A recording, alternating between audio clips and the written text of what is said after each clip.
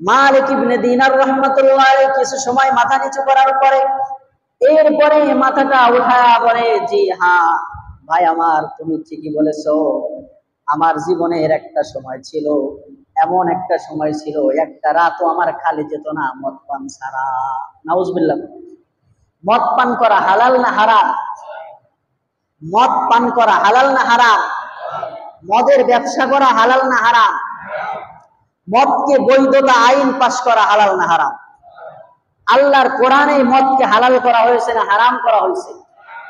তাহলে রাষ্ট্রীয়ভাবে যদি সেই মদকে হারাম, যেই মদ আল্লাহ বলছে যে মদ হারাম, আল্লাহর রাসূল বলছে মদ হারাম, সেই মদকে যদি কি করা হয়, কোন রাষ্ট্রে হালাল বৈধ ঘোষণা করা হয়, ওই রাষ্ট্রে কি আল্লাহ রহমত দিয়ে ভরবে?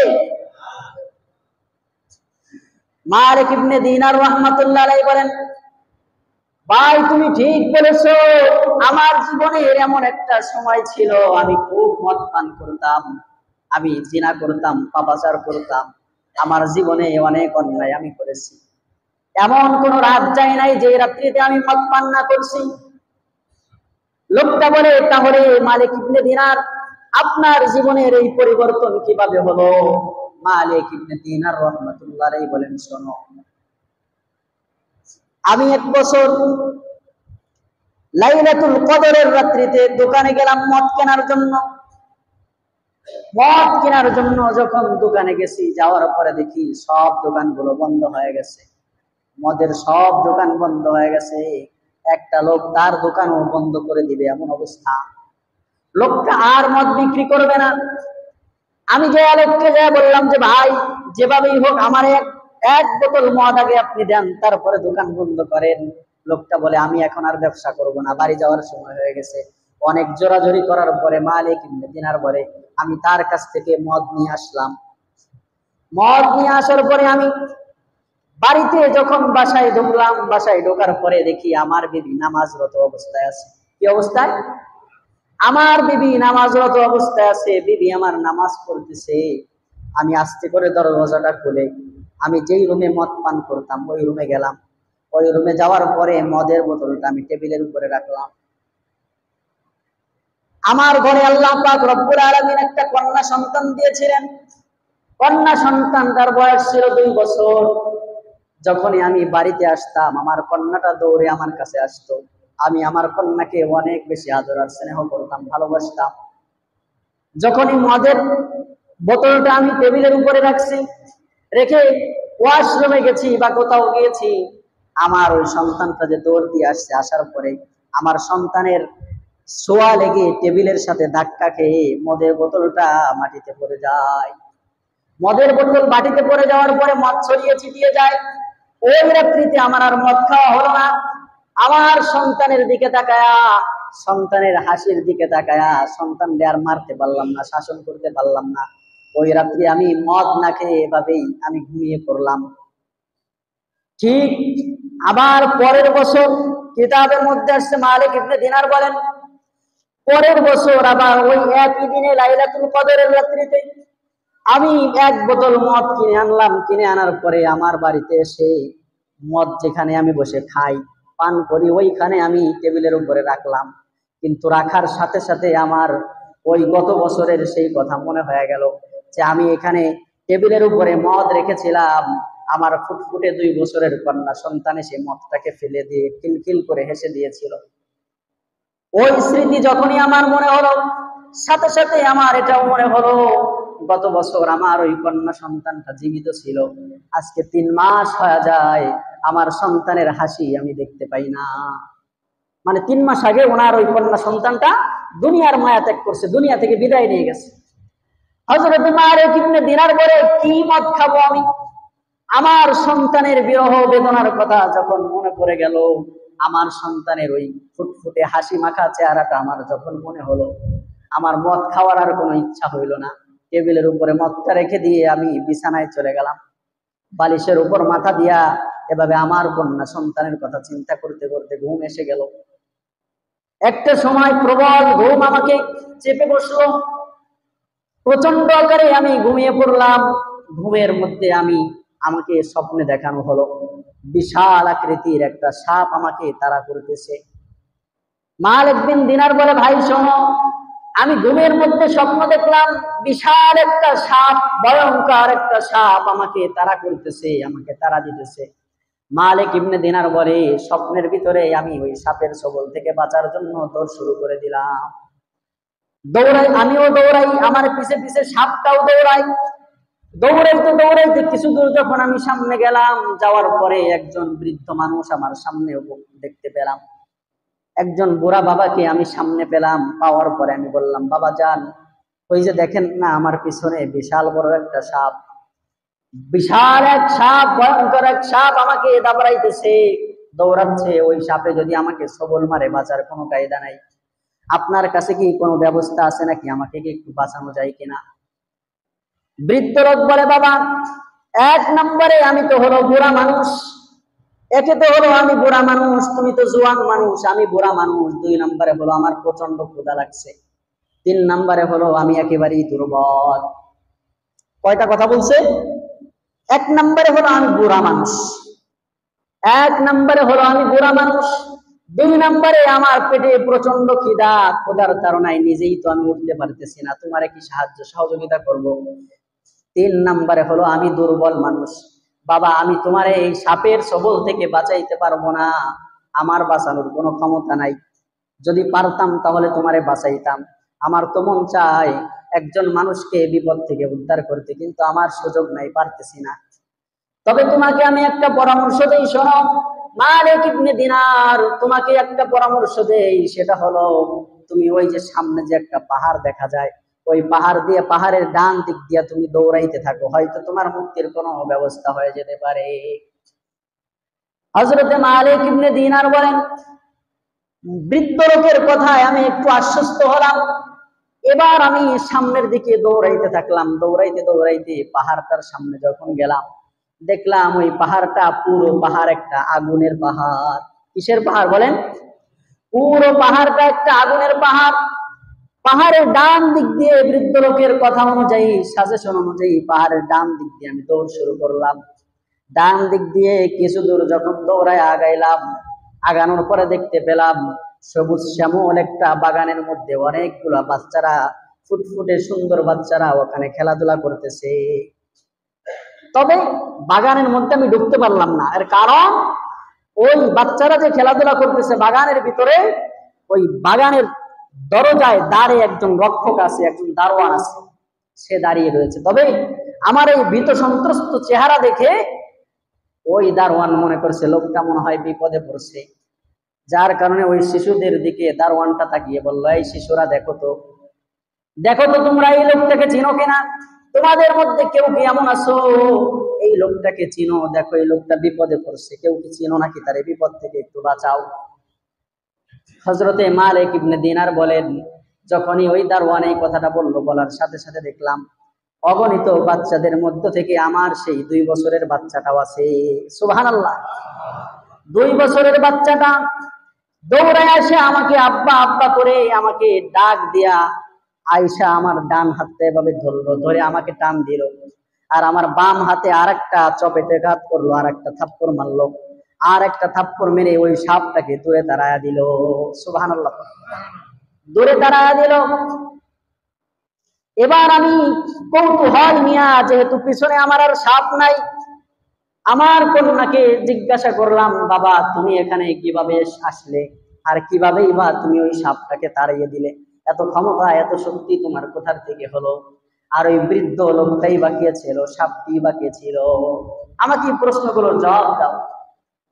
মালিক ইবনে দিনারের কন্যা সন্তান এবার জবাব দেয়, বাবা শোনো, মুসলমান সন্তানের ছোট বাচ্চারা, যাদেরকে আল্লাহ পাক রব্বুল আলামিন নাবালক অবস্থায় উঠিয়ে নিয়ে যায়, মরণ দিয়ে দেয়, তারা প্রত্যেকটা বাবা মায়ের জন্য জান্নাতে যাওয়ার জন্য একটা রাস্তা হয়ে যায়।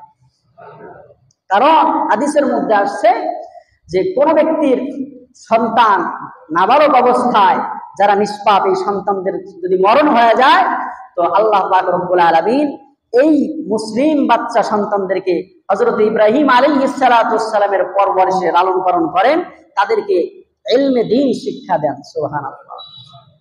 আর কিয়ামতের দিন আল্লাহ পাক রব্বুল আলামিন এই সমস্ত ছোট্ট বাচ্চাদের, কচি কাচাদের আব্বা আম্মা যারা আছে, তারা যে দুনিয়ায় সবরে জামিল এখতিয়ার করছে, ধৈর্য ধারণ করছে, আঁখের পুতলি, চোখের পুতলি, কলিজার টুকরা সন্তানকে নিয়ে গেছে, তারপরেও ধৈর্য ধারণ করে বলছে, মালিক আলহামদুলিল্লাহ, ইন্না লিল্লাহি ওয়া ইন্না ইলাইহি রাজিউন। আল্লাহ, হ্যাঁ, এভাবে ধৈর্য ধারণ করে বলছে, আল্লাহ তুমি দিয়েছিলা, আবার তুমি নিয়ে গেছো, শুকরিয়া। হতে পারে আল্লাহ তাআলা তুমি এর চাইতে উত্তম কোনো ব্যবস্থা আমার জন্য রেখে দিয়েছো। তো এভাবে যারা ধৈর্য ধারণ করে, আল্লাহ পাক রব্বুল আলামিন এই সমস্ত বাচ্চারা কি করবে? কিয়ামতের দিন ওই বাবা মাকে সুপারিশ করে এদেরকে জান্নাতে নিয়ে যাবে। হযরতে মালিক ইবনে দিনারের মেয়ে বলে, বাবা শোনো, ওই যে বিশাল একটা সাপ তোমাকে সবল দেওয়ার জন্য তোমাকে দৌড়াচ্ছে, এই সাপটাকে জানো নাকি বাবা? এই সাপটা হলো তোমার নফস। এই সাপটা কি? এই সাপটা হলো তোমার নফস। তুমি তোমার নফসকে, নফস যা চাইছে তাই দিছো। নফসে গুনাহ করতে মন চাইছে, নফসে মদ পান করতে মন চাইছে, নফস বলছে মদ পান করতে মন চায়, নফসকে তুমি মদ দিছো। নফস বলছে জিনা করতে মন চায়, তুমি তোমার নফসের খায়েশ অনুযায়ী চলছো, জিনা করছো। নফস বলছে হারাম খাইতে মন চায়, তুমি হারাম খাইছো। নফস বলছে সুদ খাইতে মন চায়, তুমি সুদ খাইছো। অর্থাৎ নফস যত কুমন্ত্রণার দিকে তোমাকে নিছে, তুমি সব কুমন্ত্রণাগুলো করছো। আল্লাহ পাক রব্বুল আলামিন কুরআনুল কারীমের এক আয়াতের মধ্যে বলে, ওয়ামা উবাররিউ নাফসি ইন্নান নাফসা লাআম্মারাতুম বিসসূ ইল্লা মা রাহিমা রাব্বি। আল্লাহ তাআলা বলেন, নফসে আম্মারা যেটা, এটা মানুষকে শুধু খারাপের দিকে ধাবিত করে, গুনার দিকে শুধু কুমন্ত্রণা দিতে থাকে, ওয়াসওয়াসা দিতে থাকে। নফসে আম্মারা যেটা, এটা মানুষকে শুধু কুমন্ত্রণা দেয়, গুনাহের কাজের দিকে উদ্বুদ্ধ করে। এজন্য বলা হয় যে শয়তান হলো তিন প্রকার। কয় প্রকার জানেন? কয় প্রকার শয়তান? তিন প্রকার। একটা হলো নফস শয়তান, আর একটা হলো জিন শয়তান, আর একটা কি শয়তান বলতো? মানুষ শয়তান। কি শয়তান? বিশ্বাস হয় না? মানুষ যে শয়তান আছে বিশ্বাস করেন?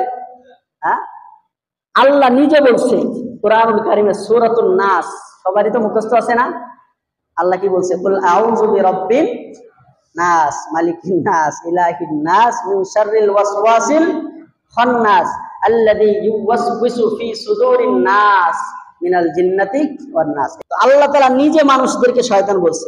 যেই মানুষগুলা বন্ধু সেজে আপনাকে বেশি বেশি নাফরমানির দিকে ঠেলে দেয়, বুঝবেন, একেবারে চোখ বুঝে নেবেন যে মানুষ শয়তান। কি শয়তান? মানুষ শয়তান। তো নফসে আম্মারা যেটা, এটা মানুষকে বেশি বেশি শুধু খারাপ কাজের দিকে নিয়ে যায়, ইল্লা মা রাহিমা রাব্বি। তো মালিক ইবনে দিনারের কন্যা সন্তান বলে, বাবা ওই যে তোমার যে মোটা সাপ একটা তোমাকে দৌড়ানি দিতেছে, এটা আসলে কোনো সাপ নয়, কিছুই না।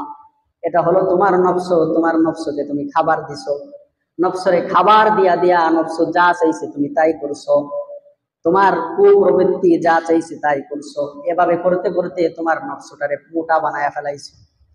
তোমার এই খারাপ নফসটাকে আল্লাহ তাআলা স্বপ্নের ভিতরে সাপ আকারে দেখাইছে। এখনই যদি তুমি তোমার নফসকে কন্ট্রোল না করো, তাহলে অদূর ভবিষ্যতে তোমার এই নফসই তোমাকে জাহান্নামে নেওয়ার জন্য যথেষ্ট হয়ে যাবে। আমরা এমন আছি না, আমাদের নফসের চাহিদা অনুযায়ী চলি, আসি না? আমরা আসি না? নাই আসি না? আমি তো আমার নফসের চাহিদা অনুযায়ী চলি। আপনাদেরকে কি বলবো? আল্লাহ তাআলা আমাদের সকলকে নফসের খাহেসাত থেকে হেফাজত করুক, সকল করি আমিন। হযরত মালিক ইবনে দিনারের কন্যা সন্তান বলে, বাবা ওই যে বুড়া লোকটাকে তুমি দেখেছো, যে লোকটা বলেছে বাবারে আমি তোমাকে বাঁচাইতে পারবো না, তার এক নাম্বার কারণ হলো আমি দুর্বল। এক নাম্বার কারণ আমি কি? এক নাম্বার কারণ আমি বৃদ্ধ মানুষ, দুই নম্বরে আমি দুর্বল, তিন নম্বরে আমি ক্ষুধার্ত। এই যে লোকটা বললো আমি বৃদ্ধ মানুষ, দুর্বল, ক্ষুধার্ত, বাবা এটা হলো তোমার রূহ। এটা তোমার কি? এটা হলো তোমার রূহ। বলে তুমি তোমার রূহকে খাবার দাও নাই, তোমার নফসকে খাওয়াইছো কিন্তু রূহকে খাওয়াও নাই। তাহলে আজকে থেকে এক কাজ করা দরকার, রূহকে না খাওয়াইলে যেহেতু রূহ মোটা তাজা হয় না, তাহলে আজকে থেকে শরীরে না খাওয়ায় রূহরে খাওয়াবো। আজকে আলু কিনবো 5 কেজি, 5 কেজি কিনে 1 কেজি হলো পরিবারের জন্য, আর 4 কেজি রুহুরে খাওয়াবো, নাকি কন? হ্যাঁ না, আমাদের শরীর এটা তৈরি হয়েছে দুনিয়ার সবকিছু দিয়া, দুনিয়ার মাল মেটারিয়াল যা কিছু আছে সব দিয়ে হলো শরীরের রক্ত মাংস গোস্ত হাড্ডি সব তৈরি হয়েছে। এই জন্য এই দুনিয়ার খাবার যদি আমরা গ্রহণ করি তাহলে আমাদের এই শরীরের চামড়া সুন্দর থাকে, রক্ত হয়, গোস্ত হয়, এগুলো হয়। কিন্তু রুহের বাড়ি তো আর দুনিয়ায় না। রুহের বাড়ি দুনিয়ায়? হ্যাঁ, রুহের বাড়ি হলো আসমানে। কোথায়? রুহ আল্লাহ তাআলা দিছে আসমান থেকে। এই জন্য রুহের খোরাকও আসছে কোথা থেকে? আসমান থেকে রুহের খোরাক আসে। রুহের খোরাক কি এবার বলেন? রুহের খোরাক হলো ঈমানটাকে মজবুত করা। ঈমানকে কি করা? ঈমানকে মজবুত করলে রুহ মোটা তাজা হয়। 5 ওয়াক্ত নামাজ যদি বেশি বেশি করে সারা যায় তাইলে রুহ মোটা তাজা হয় নাকি? 5 ওয়াক্ত নামাজ যদি সময় মতো জামাতের সাথে আদায় করা হয় তাহলে রুহ মোটা তাজা হয়। এরপরে যদি বেশি বেশি আল্লাহর জিকির করা যায়, মালিকের বেশি বেশি শুকরিয়া আদায় করা যায়, তাহলে এটা রুহের খোরাক হয়, রুহের খাবার হয়, রুহু এটাতে মোটা তাজা হয়। দান সদকা বেশি বেশি করলে রুহের খোরাক হয়, রুহ মোটা তাজা হয়। এমনি ভাবে যত নেক কাজ আছে এগুলো যে যত বেশি করবে তার রুহুটা তত বেশি শক্তিশালী হয়। মালিক ইবনে দিনারের সন্তান বলে, বাবা আজকে থেকে তুমি তোমার নফসের খাবারকে বন্ধ করে দাও, তুমি তোমার রুহের খাবার জোগাড় করতে শুরু করো। তাহলে ওই যে বৃদ্ধ লোকটাকে দেখছো, তোমার রুহটা জীর্ণ শীর্ণ দুর্বল অবস্থায় আছে, তুমি যদি আজকে থেকে রুহের খাবার দেওয়া শুরু করো, রুহের খোরাক দেওয়া শুরু করো, আর নফসের খোরাক বন্ধ করে দাও, তাহলে ওই সাপটা আস্তে আস্তে দুর্বল হয়ে যাবে আর ওই বৃদ্ধ লোকটা সবল হয়ে যাবে। সুবহানাল্লাহ। এটা হলো তোমার নেক আমল, এটা হলো তোমার রুহের খোরাক। এজন্য বাবা, যদি বাঁচতে চাও মদ পান করা ছেড়ে দাও, যদি বাঁচতে চাও নাফরমানি ছেড়ে দাও, যদি বাঁচতে চাও পাপাচারের কাজ ছেড়ে দাও, যদি বাঁচতে চাও তাকওয়াওয়ালা হও, আল্লাহ ভীতিওয়ালা হয়ে যাও। হযরতে মালিক ইবনে দিনার বলেন, আমার মেয়ে সন্তানের এই স্বপ্নের মধ্যে এটা দেখার পরে আমার ঘুম ভেঙে গেছে। ঘুম ভেঙে যাওয়ার সাথে সাথে আমার ভিতরে ভয় ঢুকে গেছে, যার কারণে ওই দিন থেকে আমি আমার নফসের খাবার বন্ধ করে দিছি আর রুহের খাবার দেওয়া শুরু করেছি। আলহামদুলিল্লাহ, আজ পর্যন্ত আমার রুহকে শক্তিশালী করার জন্য রুহের খাবার জুগিয়ে যাইতেছি। সুবহানাল্লাহ।